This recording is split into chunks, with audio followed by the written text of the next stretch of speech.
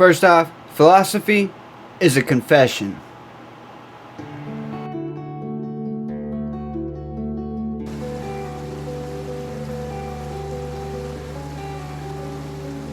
In the introduction, you say all drugs and all behaviors of addiction, substance dependent or not, whether gambling, sex, the internet or cocaine, all of them either soothe pain directly or distracts from it. Hence your mantra, the first question is not why the addiction, but why the pain.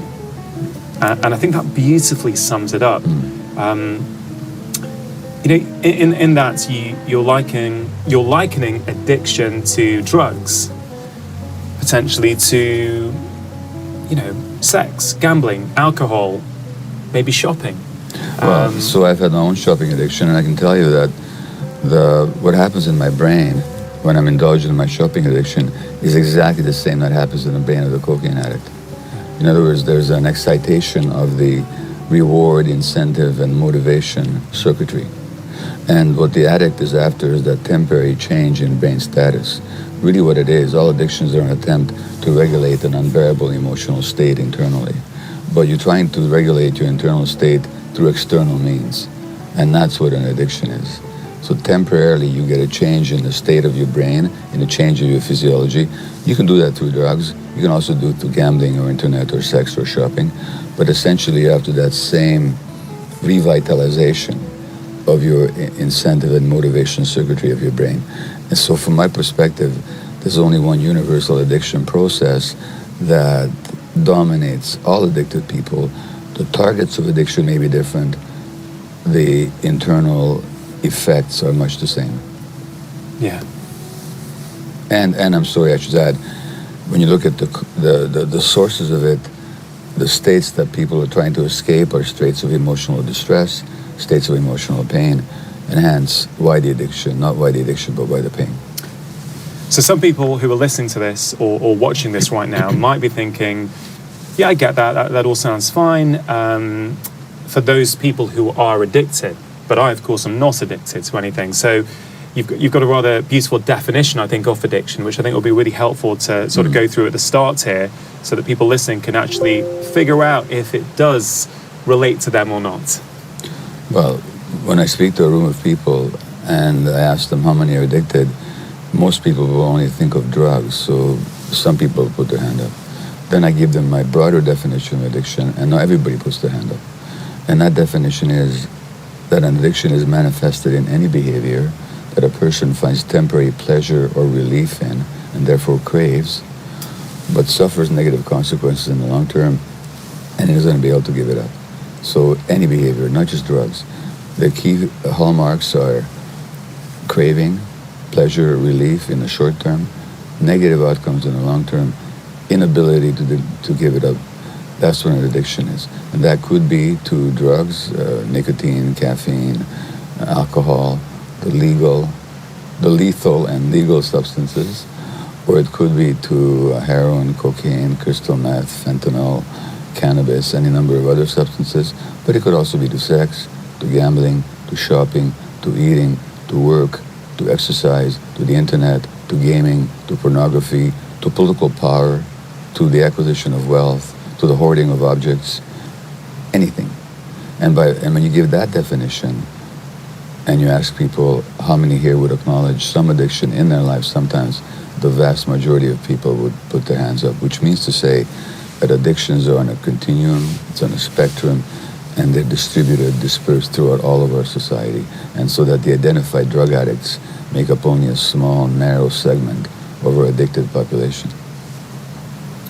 So really the whole way we think about addiction, the way we criminalize various forms of addiction really needs to change to a more compassionate way of dealing with it, but also really trying to understand what's the root cause. Because if, I totally subscribe to your theories, and I think that ultimately, if the root cause of all addiction or all addictive behavior is the same, how do we tackle that? And where does that come from? What is that root cause? So once you're asking not why the addiction, but why the pain, now you have to forget that it's a choice, because nobody chooses to be in pain. And you also have to forget the medical idea that it's an inherited brain disease. You actually have to look at people's lives. Now, in Vancouver's downtown east side in Canada, where I worked for 12 years with a highly addicted population, these people had multiple addictions: cocaine, alcohol, cannabis, opiates of all kinds, cigarettes in every case. They suffered with HIV, with hepatitis C. They would die of overdoses, suicide, infections of all kinds. And these people, every single one of them had been heavily traumatized in childhood. All the women I worked with over 12 years had been sexually abused. All the men had been neglected or beaten or emotionally abused. I'm talking about now the severely addicted population, which is also what the large-scale study shows, that the greater the childhood adversity, the greater the risk for addiction in adulthood. Now, the more severe the childhood adversity, the greater the risk of substance addiction and injection use. However, if you look at my own case, I wasn't beaten, I wasn't abused in my family of origin, I wasn't neglected, but I was a Jewish infant born during the war in Hungary, and spent my first year under the Nazi regime. You can imagine under what circumstances. So I had a very unhappy, stressed, terrorized mother. And children can be hurt in two ways. Children can be hurt when bad things happen to them that shouldn't happen. That's the abuse, that's the violence in the family, that's the parental addiction. But children can also be hurt when their needs are not met. Now, I had this need for an attuned, empathetic, emotionally responsive mother. She couldn't be that. Not because she didn't love me, not because she didn't do her best, but simply she was too terrorized, she was too depressed. The lack of that joyful, attuned, loving mother who, I shouldn't say loving because she loved me tremendously, but her love couldn't be translated into responsive behavior. That alone was enough to hurt me. So, in other words, the source of addiction is always some kind of a childhood hurt, either because bad things happen that shouldn't have, or because the good things that should have happened couldn't happen because of the parents' emotional states. Both of these are enough to hurt the child in a way to driving them to self-soothe through addictions. So do you think your own experience of trauma, really, as a young baby, not even a child, as a young baby, has impacted your own health, your own behaviors, and therefore ultimately where you are today, which is one of the world's leading voices on trauma and addiction? Do you think that has been instrumental in you getting to where you are today?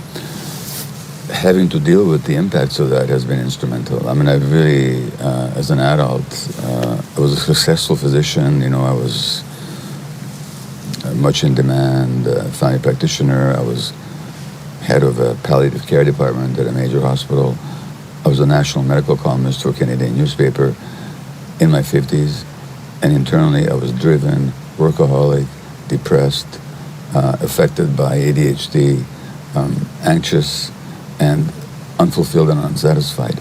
And it's when looking at those dynamics and wondering, well, what the heck has happened to me here, and what is the gap between my external persona and my internal experience of myself, that's when I began to deal with trauma. Not to mention, as a family physician, and you and I were talking about this before, we get to see patients before they get sick. The specialists only see them after the illness has been diagnosed. I get to see people before they get ill. I get to see people in their context of their multi-generational family background.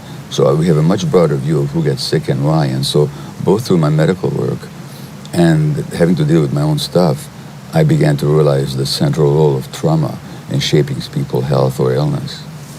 Yeah, since I've been studying trauma myself, both with the work that you do, but just other things that I'm reading around it, it really helps me understand my patients and their behavior is much better. I really you can start to tap in now as to what they're coming in with more. You think, oh, that's what's going on behind that, not the symptom they're describing, but why are they making those choices? And some of you may not know, Gabor, I a few years ago, I did a series of documentaries on BBC One called Doctor in the House. And what I would do on that is I went to live alongside families who had health problems. They were already under GPs, they were already under specialists, they were all taking medication pretty much already, and they still weren't getting better, and they were still struggling. So I went in to, sometimes I'd stay the night in their houses, I'd live alongside them, really get to understand, you know, what choices they were making with their lifestyle, sure, but also I'd get to see, you know, various dynamics in the family, the sort of thing that would never come up in the consultation room. Even if you asked that question, they would never even think to bring those things up. But you would just start to spot things and little dynamics. And I found that with every single family, pretty much now, if I reflect back on all those families I stayed alongside, I was very fortunate to get really good health outcomes with them all after about 6 weeks. But there was a huge emotional component behind a lot of the illness. Now, just to be clear, I'm not saying that it was in their head at all. They had proper physical symptoms that they were struggling with. And obviously that in some ways can make people feel down a little bit about themselves because they're not feeling so good. But I really got this strong sense that when you start to look at their lives and their upbringing and how they saw themselves, it was uncanny how many times their emotional health was absolutely tied into their physical health. Well, so one of the books I've written, which will be published in Britain in a few months, is entitled When the Body Says No, The Cost of Hidden Stress. And I'm making the case, precisely as I heard you articulate just now, is that when it comes to chronic illness, and whether it's colitis or Crohn's disease, multiple sclerosis, ALS, or motor neuron disease in England, malignancy, chronic psoriasis, eczema, chronic fatigue syndrome, the physiological symptoms, which are not in people's heads in the sense that they're imagining them, but it very much originates in people's heads in that it has a lot to do with certain relational and emotional patterns that they adopted in childhood. In other words, what I'm saying is that because of childhood programming, people impose certain unconscious stresses on themselves, and those stresses, because of the unity of mind and body, which unfortunately is not taught or recognized in the medical schools, but which scientifically is not even vaguely controversial, because the immune system and the emotional apparatus and the hormonal apparatus and the nervous system are part and parcel of the same system. So when something occurs emotionally, which it does on a chronic basis, that has an impact of undermining people's physiology, turning their immune system against themselves or suppressing the immune system. So I absolutely agree that people's emotional patterns, which reflect not individual choices or mistakes, but multi-generational patterns in the family, those emotional patterns translate into physical illness. And if we can address those emotional dynamics, we can actually have an impact on the physiological course of their illness, which is, again, not something that anybody in medical school will ever tell you, because there's this unfortunate separation of mind and body that you and I are trained in. Yeah, absolutely. I mean, I think one of the key things there for me was that you're not putting blame on people. There's no blame. Yeah, and I think that's really, really a key point that maybe we can discuss now, because a lot of people may be hearing that feeling, you know, maybe I've done this to myself, or my mother did this to me, for example, and that's not what you're saying at all, is it? Well, this is an interesting conversation. I make the distinction between blame and responsibility. Okay. Blame says that you did something that you could have done otherwise, and so therefore you're at fault. That's what blame says. Responsibility says, yes, you did this to yourself, but not consciously or deliberately. You did it because you're programmed to do it by your own childhood experience, which in turn was programmed by your parents' childhood experience. So there's nobody at fault. Everybody does their best, but we do pass these unconscious patterns on. And you don't blame people for having unconscious patterns. You try to make them conscious of it so they can take responsibility for it. So there's no responsibility without consciousness. Yeah. And so, and there's no blame. So I don't blame anybody for their illness. I don't blame their parents either. But I do say these unconscious patterns have been passed on, and these unconscious emotional dynamics have an impact on your physiology. That's all. And if you want to have an impact on your physiology, you got to get conscious. You have to realize what have you been doing unconsciously so you can stop doing it or do it differently. So it's a matter of liberating people from these ingrained patterns for which they're not to be blamed. So in my world, there's no room for blame whatsoever. But there is room for helping people to become responsible, for helping people being response-able, being able to respond to their circumstances. And without awareness, none of us are response-able. Yeah, I think if I think to my own life and my own health journey over the last few years, and I guess what's really changed for me over the last few years, you know, I've done a lot with my lifestyle, I've done a lot with my nutrition, my sleep, and those things have been great and they've really helped me. But over the last few years, I've really been focused on my emotional health. You know, I see a therapist pretty regularly, and I can always feel when I've got something new, some deeper layer that's starting to come out. You know, I have a session or I go through some sort of therapy and I feel good. I feel, oh yeah, you know, I've got it now. I get it why I do this. And it changes your behavior, certainly. But it's almost as you do that, there's multiple layers. It's like peeling back a layer of it's peeling back layers of the onion and newer things keep coming out, which has been really rewarding for me because, you know, you talk about addiction and I think back to my own life and various things that I've done at certain points. You know, I don't think anyone who knows me well, maybe my close friends, but most people probably wouldn't think that I've ever had an addiction because we have all these connotations about addiction. You know, it's like, you know, being on a street corner or being a drug addict or something. Yeah. But everyone around me would know that I've got an addictive personality. Yeah. And I used to think that was my personality. That's the way I was born. What's weird, that as I start to process my own emotional baggage and I start to clear it, I'm no longer as an addictive person as I used to be. And that's why I kind of feel so strongly about the work that you're doing, because I kind of feel that wasn't my personality. That was the behavior I had chosen to soothe something that I was missing.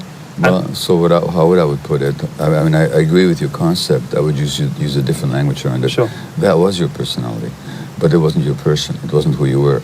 The personality itself is a defensive structure that we develop as a way of dealing with our pain. So much of what we consider to be our personality is actually an overlay upon our true selves. And so these weren't choices in childhood. For example, with my ADD, the tuning out, I never chose to tune out. But when I was an infant under the conditions that I've described, of being a Jewish infant under the Nazis, I had plenty of stress on me. And how does an infant deal with stress that they can't change? They tune out. And then the tuning out becomes programmed into my brain. And then so many years later, I'm diagnosed with ADD. It wasn't a choice that I made, it was an adaptation. So what I would say about the personality, including what you described as your addictive personality, it wasn't you, it was an adaptation that you took on as a way of surviving your childhood, as a way of soothing your pain. It's when we get older that we realize that there's something more to us than a personality, that the personality is actually a defensive cover for who we truly are.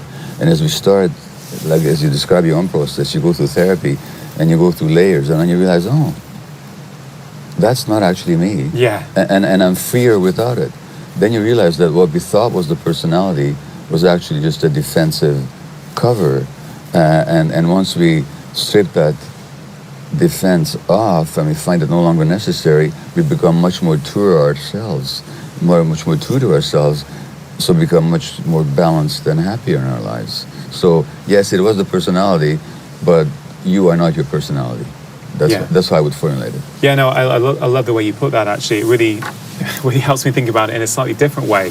I think something came into my mind there, which is, you know, and we were chatting a little bit about this before we got on air, about medicine and how reductionist it has become, the practice of medicine. And I think like something like high blood pressure, for example, I think of as an appropriate response from the body to the signals that it's been given. Absolutely.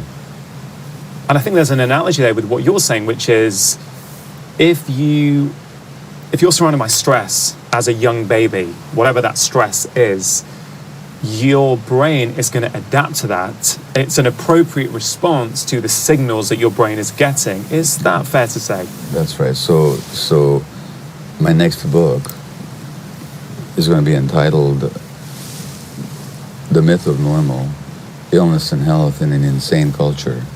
And when I say insane culture, I mean a culture that doesn't meet human needs. So if you take a condition like high blood pressure, for which, what's the medical term for high blood pressure? Hypertension. Hypertension. All right. And doctors, of course, say, our colleagues say, well, there's a few types of hypertension for which there's a cause, like kidney disease or some kind of hormonal disorder. But for most part, we don't know what causes high blood pressure. Essential hypertension. Essential. We call it essential, which basically we don't know what the heck we're talking about. That's what that means. Sorry to interrupt. If you're enjoying this video and you want to learn more, then do check out my free special guide, which contains the 6 crucial steps you need to take in your life to not only build healthy habits, but also to make them stick. If you want to get hold of this free guide, all you have to do is click on the link in the description box below. Just take the word hypertension and slow it down a bit. Hypertension, hypertension, hypertension. Maybe there's too much tension in people's lives, you know? And if you actually look at the rising rates of hypertension, it's got to do with social pressure and social stresses. And I know that usually when I take care of myself, I have the blood pressure of a young person. But there's been times in my life when I've been driven by stress, and I've had blood pressure ranges in the risky end of the scale. So for me, when my blood pressure goes up, it's a real warning. Buddy, you've got too much tension in your lives. You better do something about it. All we do in medicine is we hand out pills, or we tell people to lose weight, but we never address the sources of real tension in their lives. And I'd say that most hypertension, and so for example, if you look at black American males, they have much higher risk of hypertension than, say, white American males. What we say is genetic. No, it isn't. Their biological relatives in Africa do not have high blood pressure. Right. So it's an artifact of being a black male in essentially a racist society. And James Baldwin, the American writer, once said that being a black American male is to live in a condition of suppressed rage all the time. Yeah. Well, that suppressed rage will drive your blood pressure. So hypertension... And drive other ill health. Yeah. Yeah. So high blood pressure is a great example of a socially induced physiological condition which is mediated through our emotions and the impact of our emotions on our autonomic nervous system and on our hormones. Yeah, it's, I mean, I've never really thought about the term hypertension like that before, No. you know, hypertension, and it makes such sense Yeah. when we think about it like that. You mentioned this new book you're writing, talking about how we've got I think, is it an insane society around us? Yeah. And I think of stress. You know, as I mentioned to you, I've just spent a few months locked away writing a new book on stress called The Stress Solution, Yeah. and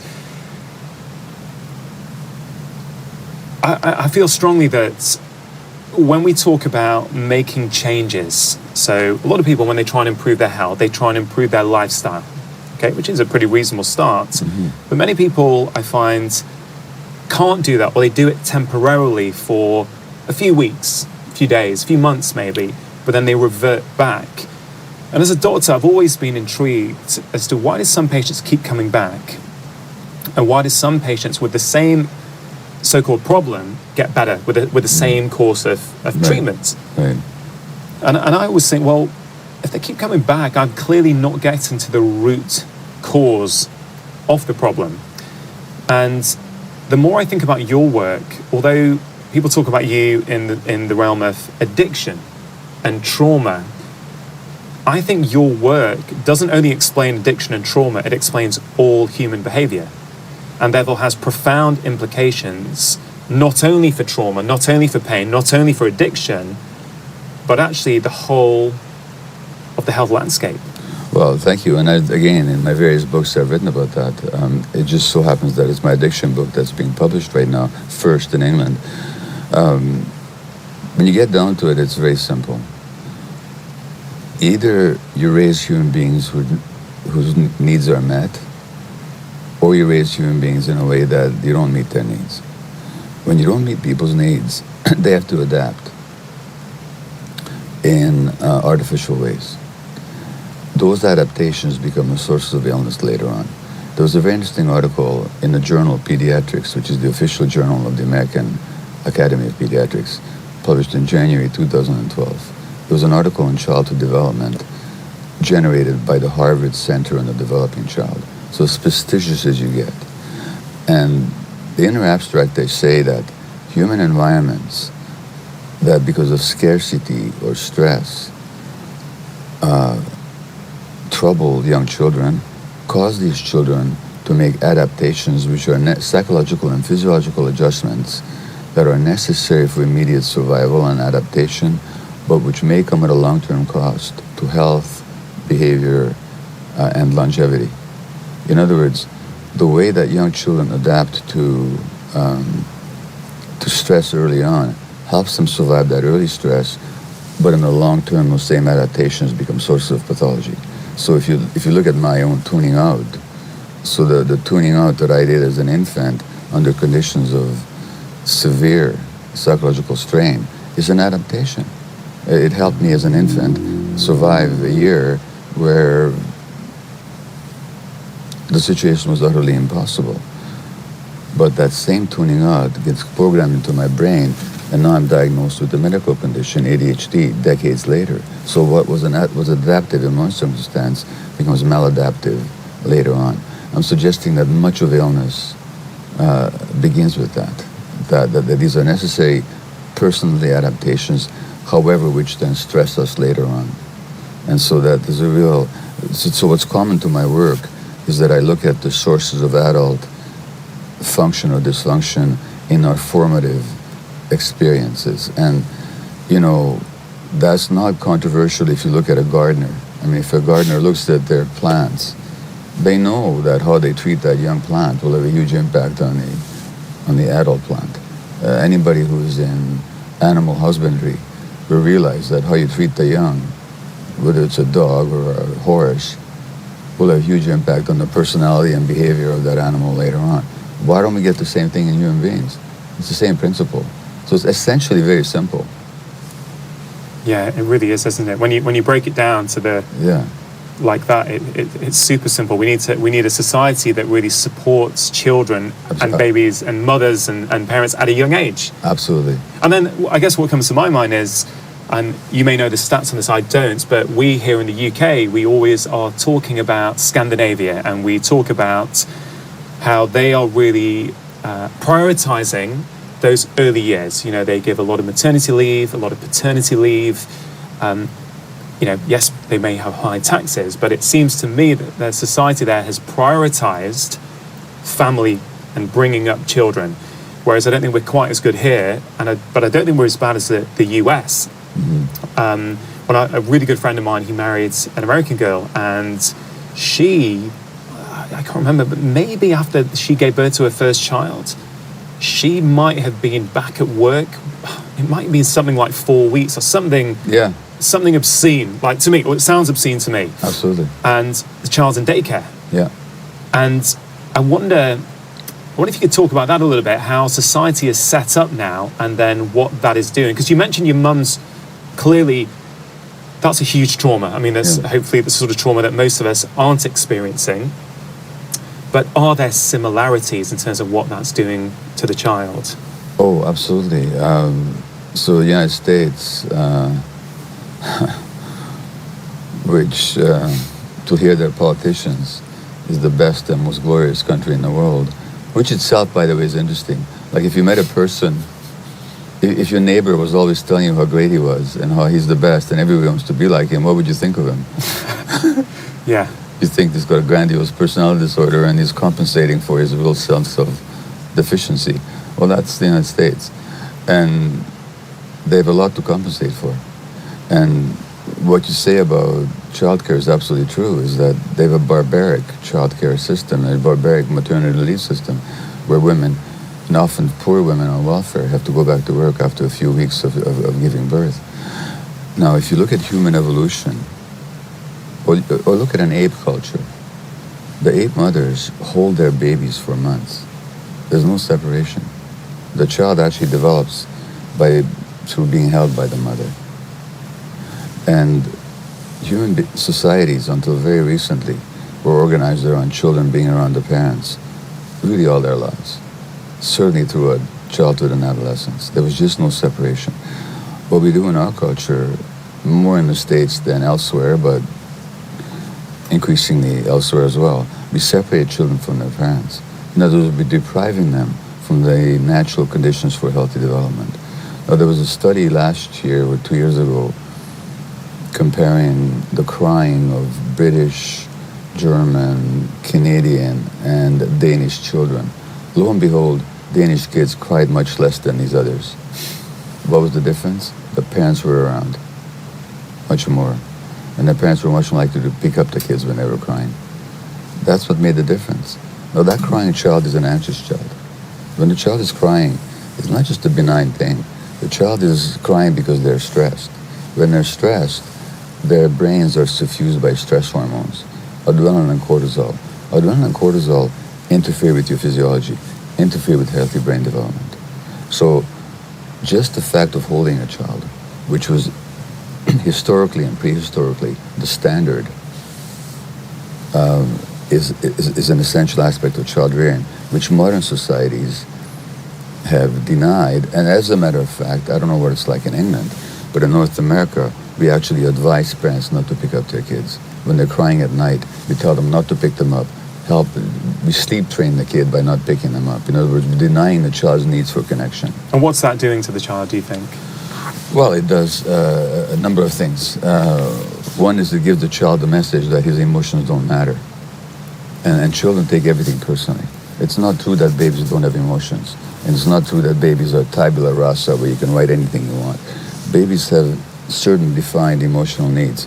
And when they get the message that they're not important, that's the message they're going to imbibe unconsciously, non-verbally. And you can see that behavior in the adults. You know, the person who comes into your office and says, Doc, I'm sorry to bother you. I'm sure you have many people much more important than me, but I have this little problem. You know what kind of childhood they had. Yeah.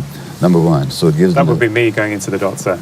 Okay. Or in just various assets of my life, and, you know, the people pleaser. Yeah. Always doing, always, yeah, no problem. You know, the amount of times I think just on a social thing, you'd be like, oh, where do you want to go, guys? Yeah, no worries, wherever. You end up somewhere you just don't want to be in. You're in a restaurant you hate the food in, but hey, yeah, it's cool, guys, no problem. And it's, sorry, I don't mean to trivialize what you're saying. It's you're not trivializing it. What you're actually illustrating, you're telling me exactly what kind of infancy you had. Yeah. And physiologically, what does it do? The baby's crying, and again, these stress hormones. Now, one of the things that Aboriginal peoples don't do is let their babies cry. When I say it's not that they forbid them to cry, they pick them up. They don't even put them down, to tell you the truth. But should they cry, they pick them up immediately. We, in our society, we actually advise people to let the babies cry. When the baby's crying, it's because they're stressed. When they're stressed, again, their brains are suffused by stress hormones. That interferes with healthy brain development. Yeah. I mean, what about this whole idea that, we're quite isolated now. You know, many of us have moved away from where we grew up. We don't have friends. We don't have a family network around us. So, and often two parents are working. Yep.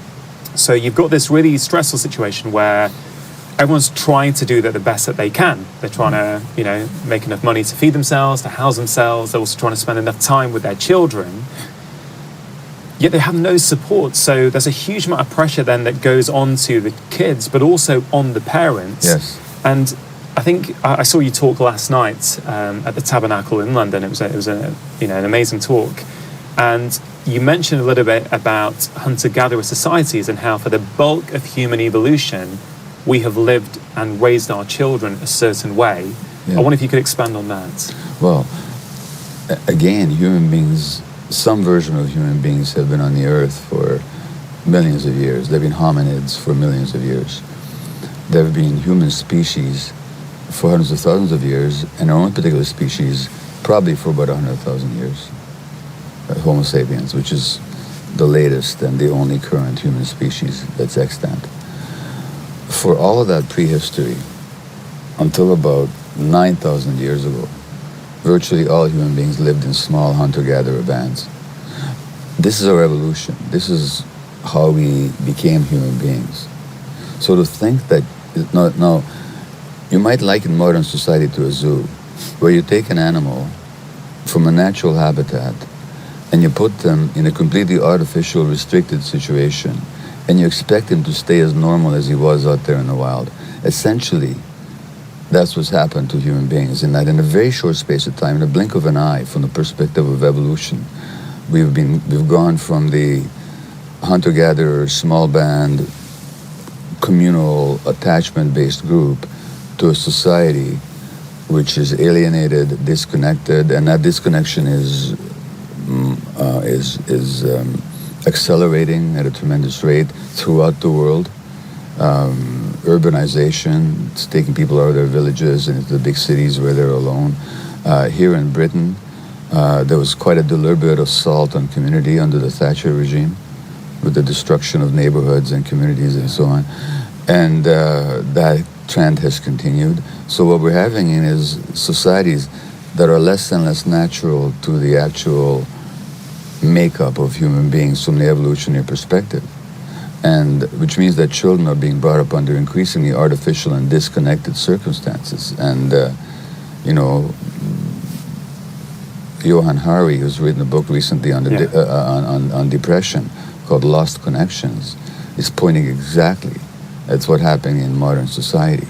So that these lost connections characterize the modern world. And as they do, you're getting the spread of autoimmune disease into countries that never used to have it before. Yeah. So we think autoimmune disease is one of these, or addictions for that matter.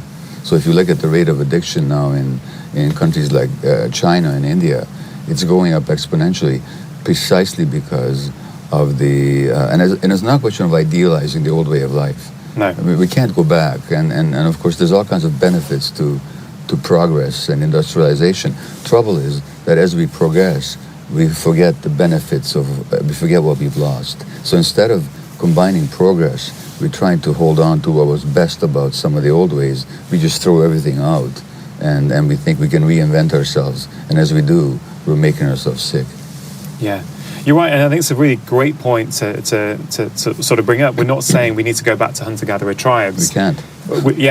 Not only should we not, we can't. And there are so many great benefits of the modern world and, as you say, industrialization. I guess it's how do we learn from the past? How do we learn from our evolutionary heritage? And what can we implement from that within the constraints of the modern world? That's how I see it. And you mentioned Johann Hari's new book, and I write a huge quarter of my book on stress is about this. Is about relationships and our lack of connection these days. On one level we're being told anyway that we're more connected than we've ever been before, and certainly in a digital sense that may be the case. But when we talk about real human, meaningful connection, what I see around me with the public, but what I also see in my practice as a doctor is I don't think we've ever been this disconnected and lonely. Well, we're more wired, but we're less connected, is how I would put it. Because genuine connection happens between people, not between pieces of technology. So as you and I are talking to each other, there's a real interaction. Yeah. When you speak, I'm looking at you, I'm listening to the modulation of your voice. I may nod in agreement or shake my head in disagreement, vice versa. But the communication is taking place on many different levels. That's a connection. If you and I were having the same conversation online, it'd be a whole different ball game, and I'd have no idea actually who I'm talking to. They'd just be exchanging words. So we're wired together, but we're not actually connected. We're actually disconnected in this world because people are isolated modules sending out messages via the Ethernet or the internet. When it comes to addictions, it's that disconnection again that leaves us so alone. So we're traumatized in the first place. We are then develop behaviors that soothe our pain, but which actually keeps us more isolated from other people, because we're ashamed of ourselves and we hide it, and we furtively seek out our addictive pleasures. And that disconnection then furthers our sense of isolation. That isolation furthers our pain, and that pain further drives our addiction. So we live in a society that actually generates addiction in many of its members. Yeah, it really does, doesn't it? I did a I did a post on my social media channels, I think just yesterday actually, about friendship. And I was saying that, look, seeing your friends in real life, so not over the internet, in real life is a necessity for human health, not a luxury. And I know myself, I've neglected some of the friendships closest to me over the last few years because I've been busy with my career and my family. And so, that, you know, and you sort of see on social media what your friends are doing, so you feel less of a need to actually see them in real life. And I was really surprised with how much that post on social media resonated with people. So many people started interacting and saying, yeah, you know what, I've not seen my friends in months. You know, yes, I've maybe had a bit of a text conversation with them, but I've not seen them in real life. And this was me trying to sort of challenge everyone to say, hey, look, get a date in the diary now, even if it's in 2 months' time, with one of your friends, email them, call them, text them, whatever, but put a date in the diary where you're going to see your friends in real life. Sorry to interrupt. If you're enjoying this video and want to learn more, you can download my free special guide containing 6 simple breathing practices that will help you calm your mind, lower stress, and improve your energy. To get hold of this guide, all you have to do is click on the link in the description box below. And it's crazy, isn't it, that we need to say these things. I mean, these things have always been there in human culture, yet we're now having to talk about them and remind us what has just been our norm for so many thousands, millions of years. And what's interesting, of course, is that on Facebook, we use the same language as we would in real life. So on Facebook, people have friends. But these friends that we have, these are people we don't know. We have nothing necessarily in common with, except maybe certain cultural ideas or interests. And so these friendships aren't genuinely supportive relationships. They're pseudo-friendships. And we actually substitute the one for the other. And then on Facebook, people like each other, but which are, again, is a substitute for genuine contact. But it's not that they like each other, they don't even know each other. You don't know somebody until you hung out with them. And so we substitute the language of friendship and we substitute the language of connection for genuine friendship and genuine connection. And then we wonder why we feel so lonely and why we're so dissatisfied. And why we are seeking pleasure or seeking to numb that discomfort with the choices we're making, whether it is heroin, cocaine, or shopping and sugar. Yeah. Because I guess, you know, a lot of people listen to my podcast are trying to make lifestyle change. And a lot of them feel inspired to do so by what they hear, but some of them, I know, are struggling. Well, you know, I'm very interested in language. And even the phrase lifestyle change. It's not lifestyle changes people need to make, it's life changes people need to make. Yeah. You can change the style, but style is a rather superficial thing. You know, the style of clothing, you know. It's the life changes that people need, and we need to help people see the life changes that are required, not the lifestyle changes they need to require. It's the fundamental life that's being lived that needs to change, not the external behaviors. And lifestyle largely refers to behaviors, but not necessarily a transformation within. And really, to deal with addiction, it's not a question of dealing with the lifestyle, it's a question of dealing with the life. And it's a question of really owning the life, that this is my life, and I'm the one who needs to be the agent of my own life. And here are the reasons why the wound, or the trauma is another word for wound, actually. So the wounding that I received as a child has had me behave in certain ways. It's not those behaviors I need to change. I need to heal that wound. I need to change my life. And then the life behavior changes will automatically follow. Yeah, you really got me thinking about language, actually, because 2 terms that I use very commonly in my work, whether it's hypertension or lifestyle, you've just, you know, in seconds reframed what those words actually mean. And I wonder where that comes from. You know, you're an immigrant to North America. Where has this fascination with language come from? Well, I think as an immigrant, you get to see the language a bit more clearly than the people who are actually in it. And you get to see the construction of language. And by the way, in my secret life, I used to be an English teacher. So I did that before I went to medical school. So I've always paid a lot of attention to language. And language very often unconsciously expresses realities and truths that when you pay attention to it are revealing. Yeah. And so words should never, even the word addict. Now, the word addiction actually comes from a Latin phrase for slavery. Wow. A slave to the pain. Well, the original meaning was an addictus. It comes from the word to assign. Now, in the Roman world, when you couldn't pay a debt, you would be assigned as a slave to somebody until you worked off the debt. So you'd be an addictus. Somebody was assigned to somebody. So that's the origin of the word. So it implies slavery. So we actually understand that addict refers or originates in a word for slavery. We realize that it's not a choice, because who would ever choose to be a slave? You know. So I think language is absolutely revelatory if you understand the sources and meanings of words.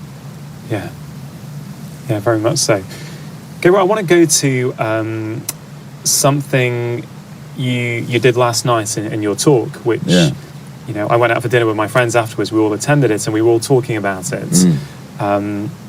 Which was you peppered throughout the evening. You said, if there is anyone in here who feels they have some form of addiction without childhood trauma, and you're happy to talk about it, please raise your hand. And at the end, you actually found someone who quite confidently put their hand up and was pretty nonchalant that they had a happy childhood. And so you started inquiring into her childhood, and I remember the tone of her voice initially was very much, you said, you have a happy childhood. Yes, happy childhood.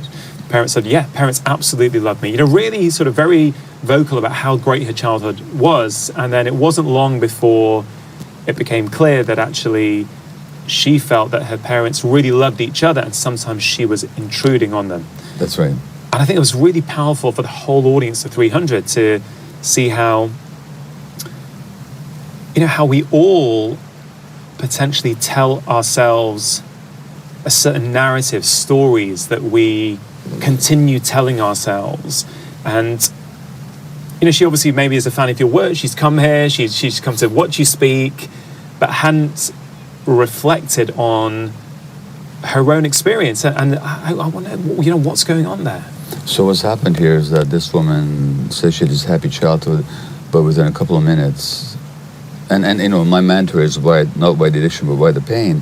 And so I always say that there's pain underneath it. And I said to the audience, it never takes any more than 3 minutes to drill down to where the pain is. You just have to ask the right questions. And I've got to say, about a minute in, I thought, maybe this is the first one who Gabor won't get to. Yeah. I actually thought, because she was so confident in her answers. So anyway, please continue. Well, that confidence itself is a giveaway. Yeah. Because it's an assumed stance to protect herself from the pain that she doesn't want to feel, or she's afraid to feel. So she said, well, maybe I felt I was intruding on my parents. And in other words, really what she felt was that she wasn't accepted and loved for who she was. And when she felt unhappy, there was nobody for her to talk to. And all you have to do is ask that person, if your own child did the same thing, how would you understand it? And they totally get it. So what's going on there? She's not lying. No. But believing that she had a happy childhood was her way of dealing with her pain. Because if she dropped that idea, she'd have to realize that she suffered, and she actually, as much as her parents did their best and loved her, we're not blaming the parents, but she herself got the impression that she was alone and unsupported and unloved for who she was. But that's very painful. Yeah. So we defend against the pain by suppressing those emotions and developing this ideology of the happy childhood. And so that's just another form of self-defense. And then, given her ideology that she had a happy childhood, she can't understand why she turned to an addiction. But once she gets that, that belief that I was happy denies the fact that I was feeling isolated and alone, and I felt myself as an intrusion on my parents. Yeah. Now she can understand what her pain was. But not feeling that pain was how she survived her childhood, because as a child, how would she survive if she believed that she wasn't loved for who she was? Life would be intolerable for her. So she has to deny and suppress that. So she had an appropriate response to the signals that were given to her. That's exactly what you said before, and that's exactly what happened with her. So that suppression of her pain and denial of it is a completely appropriate defensive response. Yeah. These are not mistakes that we make. These are essential survival adaptations. The problem is, then we spend because we learned how to ignore our feelings as children, now we learn to ignore them for the rest of our lives, and that then creates problems for us. So again, it's that whole idea of an early adaptation, essential adaptation, brilliant adaptation, but because it's unconscious, it stays with us, and now it limits our lives. So we become imprisoned with our own adaptations. Our childhood patterns become the prison through which we live our lives. So hopefully last night for her might have been a key step, potentially, in her now being able to really go out and seek real healing, transformative healing. Hopefully, touch wood. Touch wood. But I would say that the very fact that she came to the talk and the very fact that she raised her hand, she was already working at it. Yeah. Because she didn't have to raise her hand. Yeah. So if she did, it meant that she already had a curiosity about it. Yeah, so absolutely. So she'd already taken the first step. Yeah, absolutely. Okay, well, in your book, In the Realm of Hungry Ghosts, I think it's at the second chapter where you talk about a funeral you go to of one of your someone you were looking after, an addict, a 35-year-old who overdosed. Yeah. And I will let you tell the story, but one thing it really illustrates to me is how addiction is on a spectrum, of course, but how powerful that addictive drive is for some people, and I just wonder if you could expand on that, because that was really, really interesting. So this woman's real name was Shannon, which I can tell now. She was 35, and she was a beautiful woman as a young woman. When I met her, she was already fading. She was in her mid-30s or early 30s when I met her. She had severe opiate addiction, and because she injected, she had blood-borne infection in one of her knees. So she had osteomyelitis, a joint infection, or a bone infection in her knee bones. She needed to be hospitalized for intravenous antibiotic care, but she could never be hospitalized long enough because she had to leave and use. And every time she left and used, she was expelled from the hospital. So her osteomyelitis was never treated. Expelled from the hospital? Expelled from the hospital because she wasn't engaging in treatments? Well, she was leaving the hospital to use. Right. And so therefore they wouldn't treat her? So she wouldn't, so they didn't want her using her IV lines for shooting heroin. No. Since then, we've developed a facility where people can have intravenous antibiotics and use if they need to. But this is before the days of that particular facility. Yeah. So out of the regular hospitals, she'd be regularly kicked out before her 6 or 8 weeks of antibiotics treatment was completed.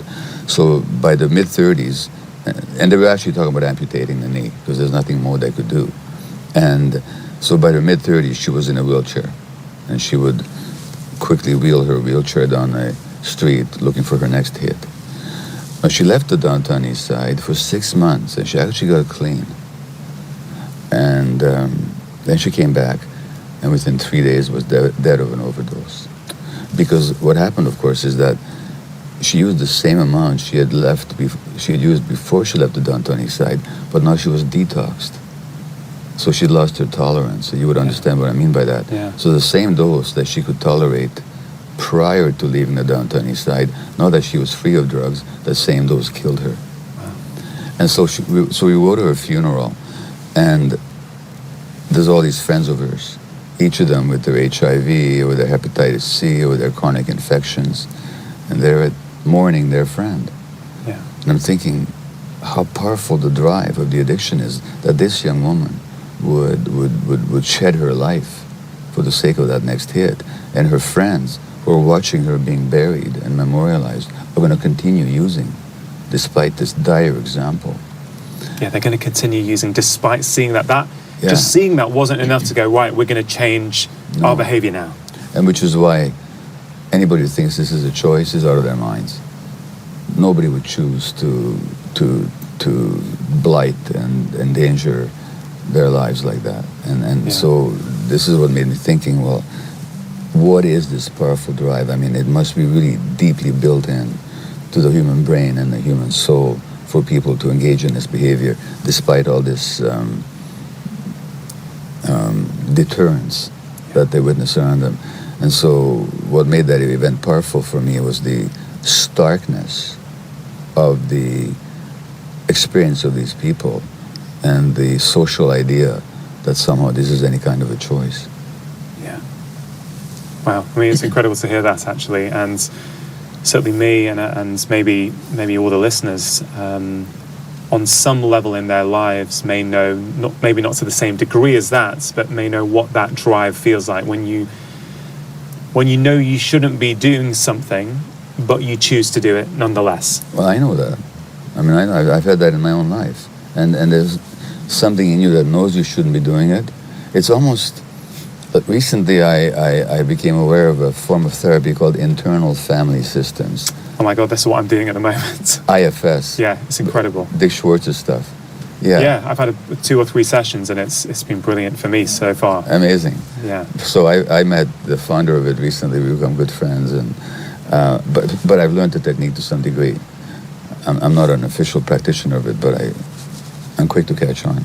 So in internal family systems, you realize there's these different parts of you, and these different parts form like a squabbling family. Some of them like each other, some of them don't like each other. So there's a part of me that can watch the other part doing its thing, knowing that he shouldn't be doing it, but feels quite helpless to intervene. So I watch myself.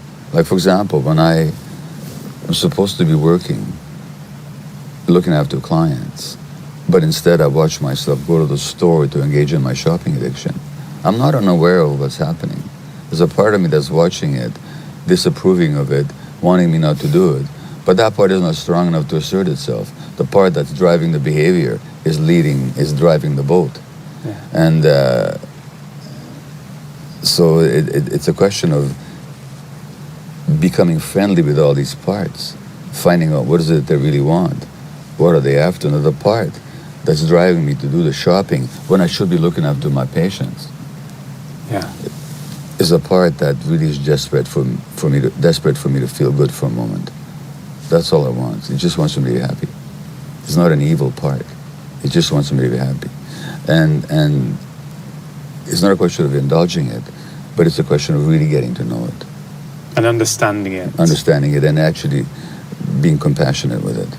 And then teaching it, you know what, it's okay, but this guy can be happy without indulging in that behavior. Yeah. He doesn't need to do that. You may think he does, but he doesn't. I think compassion is something that's coming up quite a lot, isn't it? As a society, how do we deal with addiction, no matter what it is, instead of locking people up because we've deemed them to have a illegal addiction? We should be treating them with compassion, but we should also be treating ourselves with compassion, I think, and not beating ourselves up over the choices we make, because often, they're just a protective mechanism.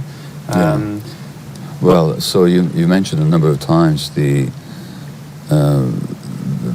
question of the arbitrariness of the which drugs we choose to illegalize. As physicians, you tell me if you disagree with me, but give me 1,000 people who smoke heavily every day, pack a day.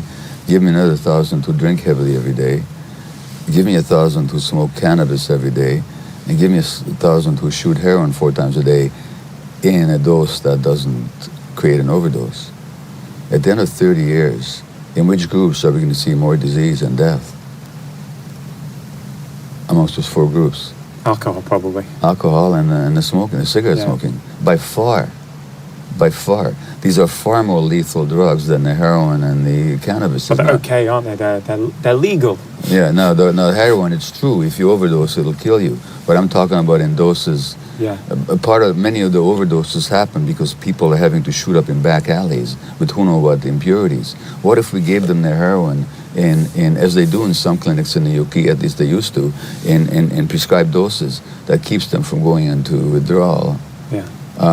but doesn't overdose them. that group will be far healthier 30 years later. So by what arbitrary standard have we decided that it's okay for people to murder themselves with cigarettes and alcohol, but they can't use heroin legally? What logic is behind that? It has nothing to do with medicine, for sure. It has nothing to do with health. Yeah. I'm not saying we should sell heroin in the streets. I'm talking about the illegalization and the criminalization and the ostracization. Why is that drug addict more reprehensible than the person who smokes cigarettes? Yeah. Where do we get these ideas from? It's the why, not the what. That's right. You know, Yeah. it's and really, I mean, we were talking about this before we started recording, but you know, we're both on one level, we are both just GPs. We're just family physicians. Well, the word "just" has another meaning. What does it mean? We're very just people. We're interested in justice. Yeah, I like it. But what I find really interesting, and it's something I talk about quite a lot, is I think we've certainly overvalued the specialist within medicine for far too long, and really undervalued the role of the generalist. And I am very proud to be an expert generalist. And one of the reasons I moved from specialism into general practice, which you know was a rather unusual decision for many, and certainly my father, who was an immigrant to the UK, and you know was really shocked as to why his son would do that, qualify as a specialist, and then move to generalism. And it was a demotion in his mind.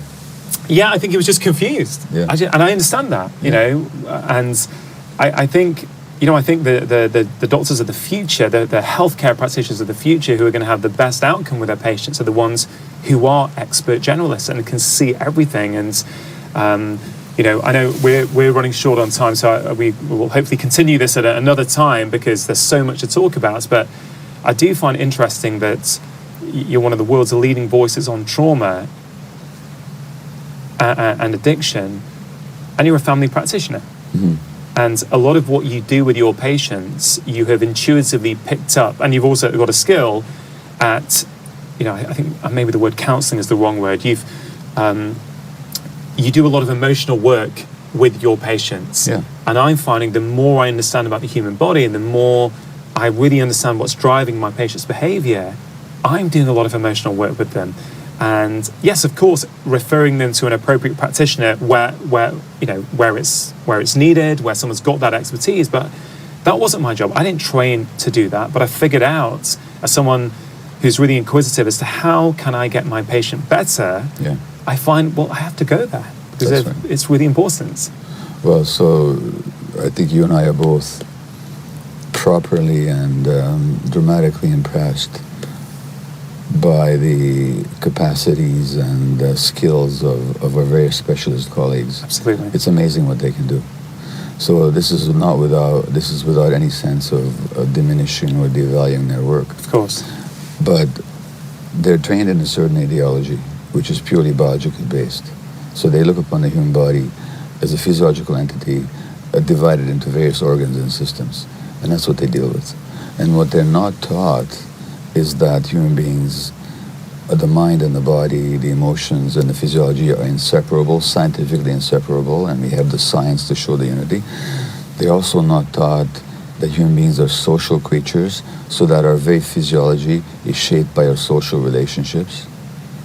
And our very brains develop in a social context, so that whether we talk about neurophysiology, psychology, or the physiology of the body, we're talking about influences that go well beyond our genetic and physiological endowment. They're not taught that. And therefore, when they see a person, what they see is a disease in a particular organ. Whereas if you're a generalist, properly trained, or at least a generalist who's developed a broader view, you see that human being in context, you see it in relationship to their lives, in relationship to their environment, and you see that the illness, whether it's addiction or depression or anxiety, or for that matter, rheumatoid arthritis or scleroderma or anything else, is a manifestation not just of a system, but of an entire life. And that life is lived in a context. And we have to address that if we're going to deal with the illness.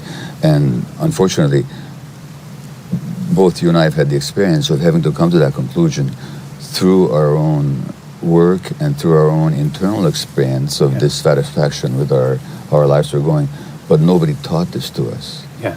And yet this is the way that so the average medical student, despite all the trauma that you and I have discussed today, particularly in relationship to addiction, and all the research showing how the addicted brain develops in response to the environment, and how the addiction itself is a response to the environment, the average medical student in North America, and I would argue probably in Britain, doesn't even hear the word trauma once in 4 years of medical school. I mean, did you hear the word trauma when you went to school? I don't think I heard it till a few years ago, frankly. Let alone at medical school. And it's not a word that they should hear. It's a course they should have.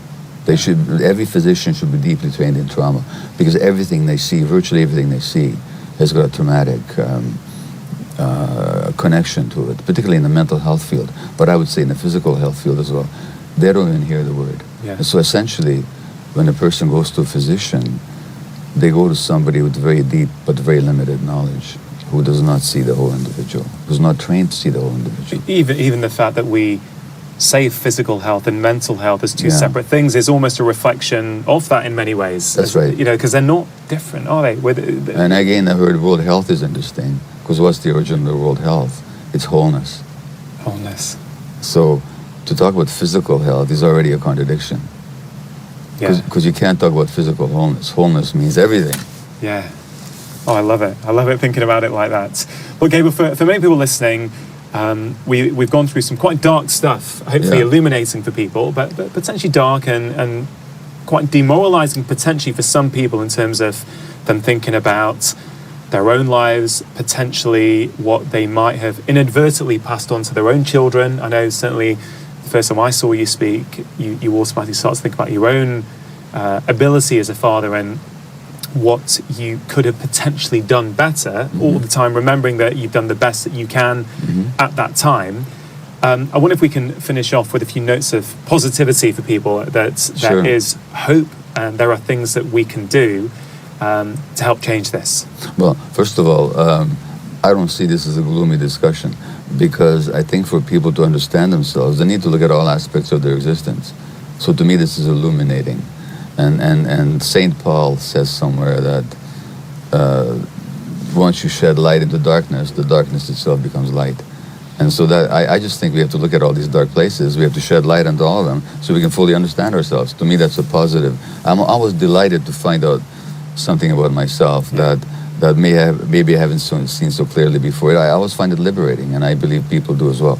Number one. Number two, what we haven't said, though, and I think probably both you and I would agree, is that the human beings have a tremendous healing capacity. And one of the failures of modern medical training is that we put all the expertise and the hope for help into the hands of the physician. The physician is the one who's going to deliver the cure, but we don't teach people about the innate healing capacity of the human being, and we don't learn how do you promote that healing capacity. We may have to administer whatever treatments are appropriate and whatever genius treatments we have developed. Sure. That's great. But nevertheless, that person still has an innate healing capacity. How do we engage it? How do we evoke it? How do we encourage it? That's not a question that we ask ourselves, and yet there's many examples of people healing or doing much better with illnesses than medical prognosis would have told them. Now look at the recent death of Stephen Hawking, the physicist, who I discuss in one of my books. Now, he was given 2 years to live when he was 20 years old. He outlived his diagnosis by more than 5 decades. Something in him allowed him to do that. Something in him that the medical mind could not have fathomed at the time. So there's much more to people than we realize. And so we have to have a lot more faith and a lot more curiosity. What is it in people that allows them to overcome the challenge of addiction? What is it that helps them live much longer than we had predicted? What is healing? What is becoming whole really all about? These are the questions that medicine ought to engage with, but unfortunately it does not. So I think your work and your podcast and your books are, if as I understand them, and the same thing with me, are designed to help people find within themselves that which can empower them to support their own healing. Yeah. And we can't say that strongly enough. Yeah, absolutely. No, thanks for that, Gabor. For people who are listening, who maybe something you've said has really deeply struck a chord with them about their own life, and they want to go on that journey but don't know how. Have you got any words of advice as to how they can start, even listening to this and start to be aware? Of course, is a very critical first step, but where can they go next? Well, so you and I are both authors, and I would highly recommend they check out our books first, because I think, and in my case, I hope they check out my books, because there's a lot of what I know and what I've learned that I've poured into my books. And a lot of people find a lot of self-knowledge just by seeing the mirror that's held up in my writings or in my multiple YouTube talks, for example. Now, where to go in their own lives? I actually think that once people start asking these questions, they find the answers in their own lives. In other words, there's an old saying that when the student is ready, the teacher appears. And I think there's many modalities of healing that are practiced here in Britain, anywhere else in the world, that once you start seeing the limitations without rejecting the value, but seeing at the same time the limitations of mainstream medicine, start looking outside it a little bit, or start finding practitioners within mainstream medicine that have a broader view. In other words, go where the help is, and don't assume that because somebody's got a degree after their name that they know everything that needs to be known. In other words, become the agent in your own healing. Once people take that on, generally they find help. Yeah. I can't give them a specific go-to, except that once you start asking the right questions, the answers will start coming. Yeah. I love the way you put that. And as I always say on this podcast, I want to empower and inspire people to become the architects of their own health. Exactly. And I think that's really, really important. Particularly what you said about don't just assume because someone's got a qualification or a series of letters after their name that actually they're going to be the right ones to help you. Yeah. I mean, so much more I want to talk about, but I think in the interest of time, we're going to have to stop it there today. I've got to say, Gabor, I think your work is phenomenal. I really genuinely do. I think it's got huge potential to help, I was going to say thousands, but really millions of people around the globe. I think this book, that has been released in the UK, which has obviously been a huge bestseller for about, 10 years now, something like that? Well, you said all over the world. In fact, it's been published only in North America. Really? Some of my books, like When the Body Says No, has appeared in 25 languages. Yeah. But this one has been published only in North America, in my home country of Hungary. Right. But wherever it is published, it is a bestseller.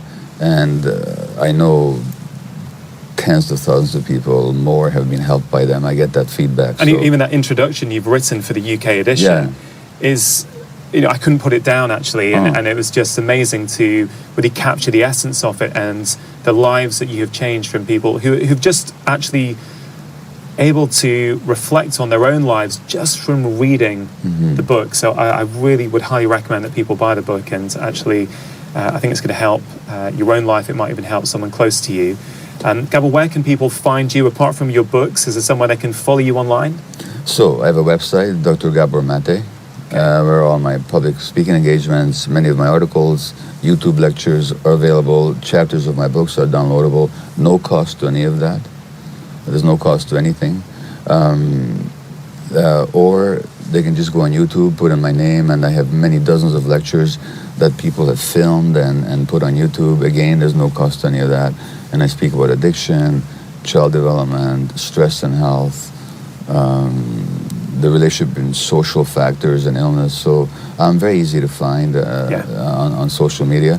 I also have a Facebook wall, whatever that means, that people, because I don't post anything, but somebody does on my behalf, that people can follow. So I'm easily identifiable and discoverable online. And what I'll do is in the show notes page for this episode of the podcast, which will be drchatterjee.com/Gabor, Gabor, I will link to everything that Gabor and I have discussed today on the episode, and I'll link to your website and your various talks to make it really easy for people to find. So let me just say, Rangan, that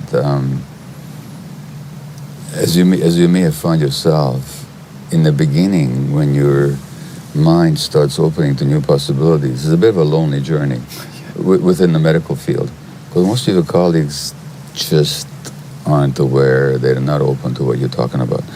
So it's always such a delight to run across a colleague who quite at all without knowing each other. We just find ourselves tilling the same soil and mining the same veins and trying to discover the same truths, which only speaks to the nature of truth and how it just asserts itself. Yeah. But it's always such a pleasure to meet somebody who's done some of the same work and is looking in the same directions, because both you and I, as confident as I am in my ideas and you seem to be in yours, we still need validation. Yeah, sure. So it's really wonderful to meet somebody who really is asking the same questions. If you enjoyed that conversation, then I think you are really going to enjoy this one. It's only when you learn what to do with your unhappiness that you can really break through and find stable happiness. That about wraps it all up for this one, guys. I challenge you to go love somebody, even if you don't like them. Go love somebody. And let me leave you guys with this. Always leave people better than you found them. Hug the hurts, kiss the broken, befriend the lost, and love the lonely. WTJ Knowledge Drops. I'm out. Love y'all. See you next time. Go love somebody.